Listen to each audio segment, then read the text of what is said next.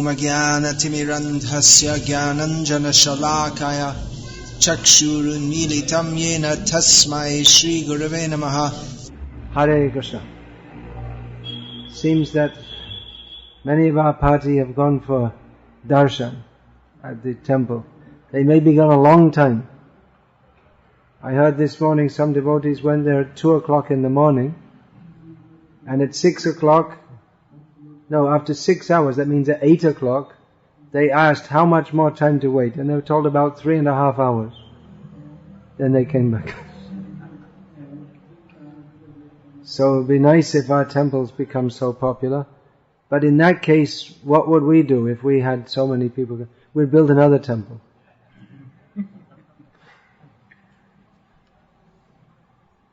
Like Prabhupada said, in Delhi, we can have at least 12 temples here.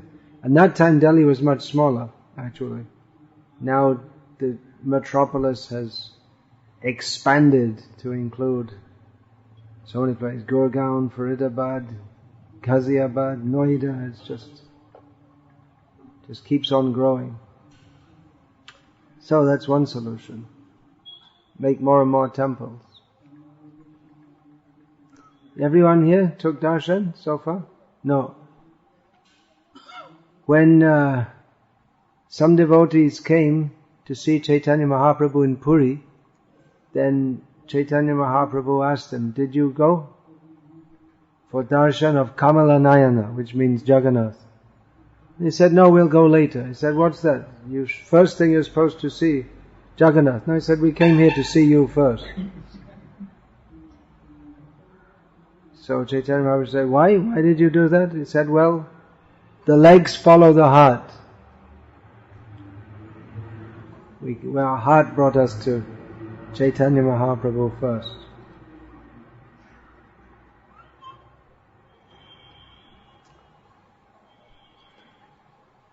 So, we should discuss topics of Krishna, topics related to Krishna consciousness. One contention.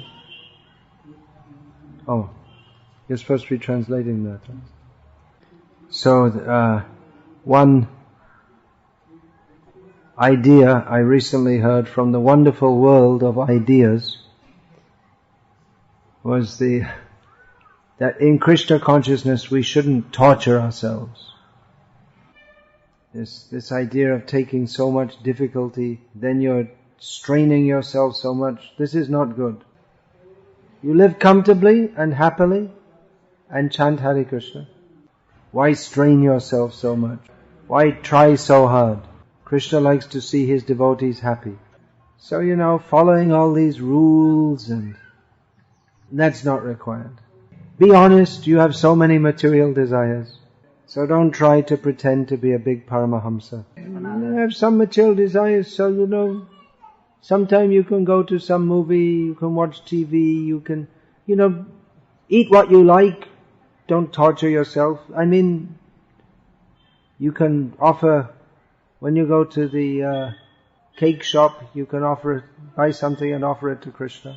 But it's true we have material desires, but that's the problem. Indulgence in material desires means that we can never overcome them.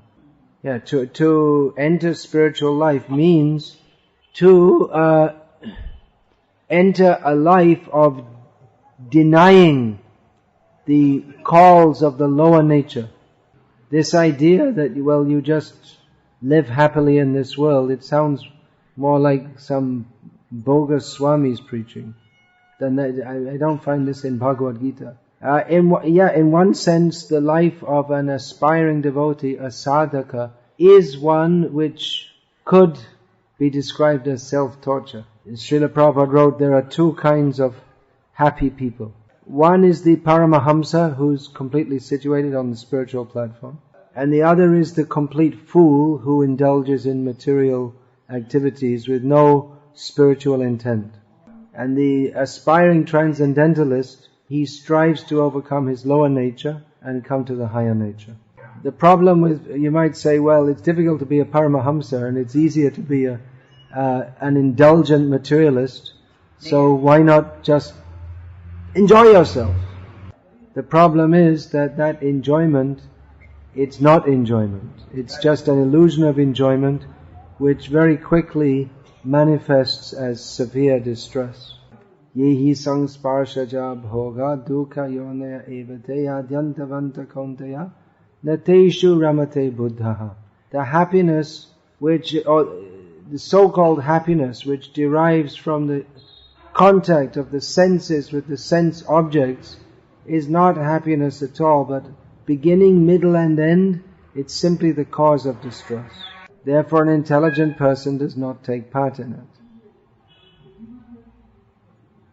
You said it already. Why? What if I didn't say that? Over intelligent. Anyway, it's Krishna's words.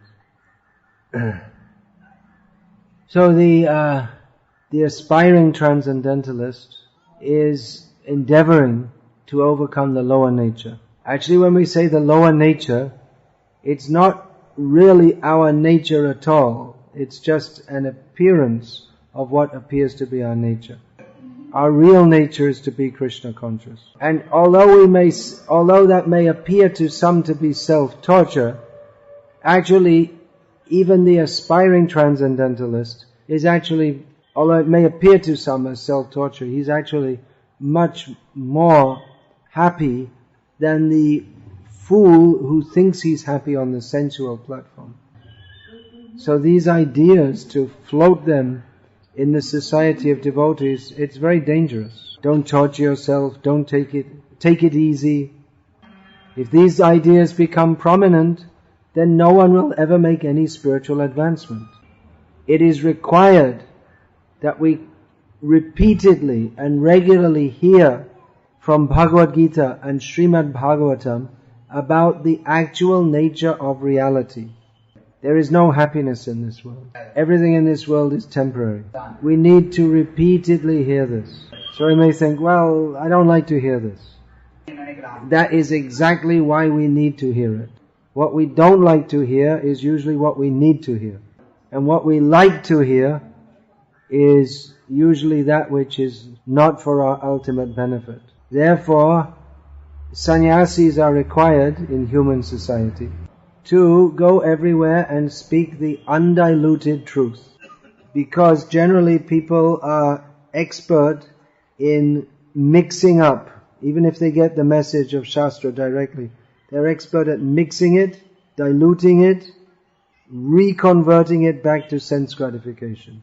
Unless the Vastava Satya, the actual truth, is regularly spoken, we will find that within a short time, a community that appears to be very Krishna conscious will be totally converted to one of based on sense gratification. So we recommend always go on reading Prabhupada's books.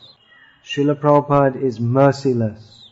Actually, that is merciful, but he does not indulge people in their misconceptions. And therefore, people invent so many ideas. Oh, Prabhupada could speak like this, but you shouldn't speak like this. Actually, they don't want to hear the message. That's the point. What a relief. Prabhupada passed away. Now we can just keep him on a picture and worship him, and he won't be there to pressurize us.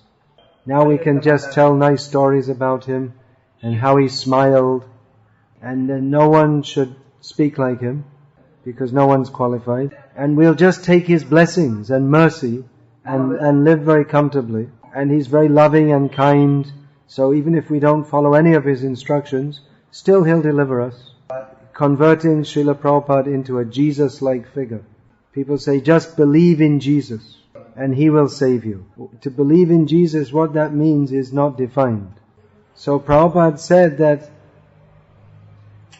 his complaint against the Christians was, why don't you follow Christ's instructions?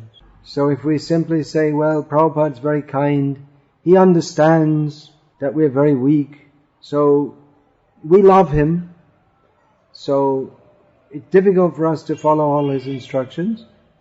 And anyway, all those nasty instructions, they're not really meant for us. And so we'll just love him and we'll do whatever we like, and then he'll deliver us. This is the unspoken philosophy. So many devotees come to me and ask for blessings, for advancement in devotional service. No one ever comes to me and asks for instructions how they can give up their material attachment. That's like in two different... Giving up material attachments, that's something that just doesn't exist. It's just like we make spiritual advancement, that's all. And giving up material attachments, that's not a category, that doesn't exist at all. This is a kind of cheating process. I will become a great lover of Krishna with all feelings of bhav, but material attachments, they don't exist. I love my family, I love my dog, I love my TV, but I see Krishna everywhere, so what's the problem? Dharma projhita kaitava atra. This rejection of cheating religion is the determined sankalpa. What's the vow, the determined, what's the word in this? Declaration, I can't get the word exactly, of Srimad Bhagavatam. Anyway, there are some questions.